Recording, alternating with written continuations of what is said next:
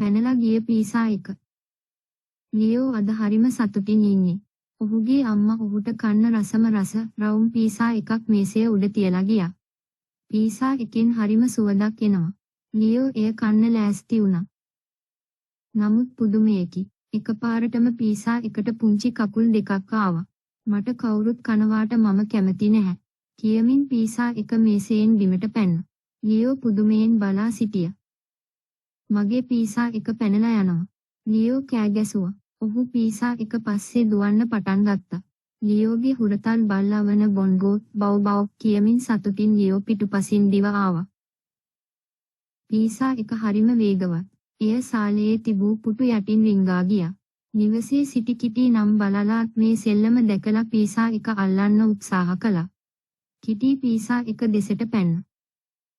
Pizza එක දැන් මිදුලට පැනලා වීදියේ දිගේ දුවනවා. ලියෝ සහ බොන්ගෝ හති දමමින් පීසා එක පස්සේ දුවනවා. නතර වෙන්න, නතර වෙන්න, ලියෝ කෑ ගැසුවා. පීසා එක දැන් ලස්සන මල් පිරුණු උද්‍යානයකට ඇතුළු වුණා. කිටි බලලා පීසා එකට වඩා වේගයෙන් දුවන්න උත්සාහ කළා. නමුත් පීසා එක හරිම දක්ෂයි. එය මල් පඳුරු අස්සෙන් මාරු වී ගියා. අවසානයේ පීසා එක ලොකු අලිගැට පෙර ගසක් අසල නැවතුණා. ලියෝ එතනට දුවගෙන ආවා. එකපාරටම පීසා එක හැරී ලියෝ දෙස බැලුවා. කරුණා කරලා මාව කන්න එපා. පීසා එක සිහින් හාගින් කිව්වා. ලියෝ පුදුමයටපත් වුණා. ඔහුට පීසා එක ගැන දුක හිතුණා.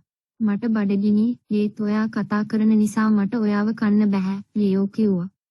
බොන්ගෝත් වලිගය වනමින් ලියෝ අසල වාඩි වුණා. අපි හැමෝම එකතු වෙලා මේක බෙදාගන්නේ නැත්තේ? පීසා එක ඇහුවා. ඔයා තනියම කනවාට වඩා යාළුවෝ එක්ක බෙදාගෙන කන එක ගොඩක් සතුටක්. කිටි බලලා ඒ අසලින් වාඩි වුණා. ලියෝ පීසා එකේ අදහසට කැමති වුණා. ඒක හරිම හොඳ අදහසක්. ලියෝ සිනාසෙමින් කිව්වා. ඔහු දැන් කාටත් බඩගිනි නොවන ලෙස පීසා එක බෙදා ගැනීමට සූදානම් වුණා.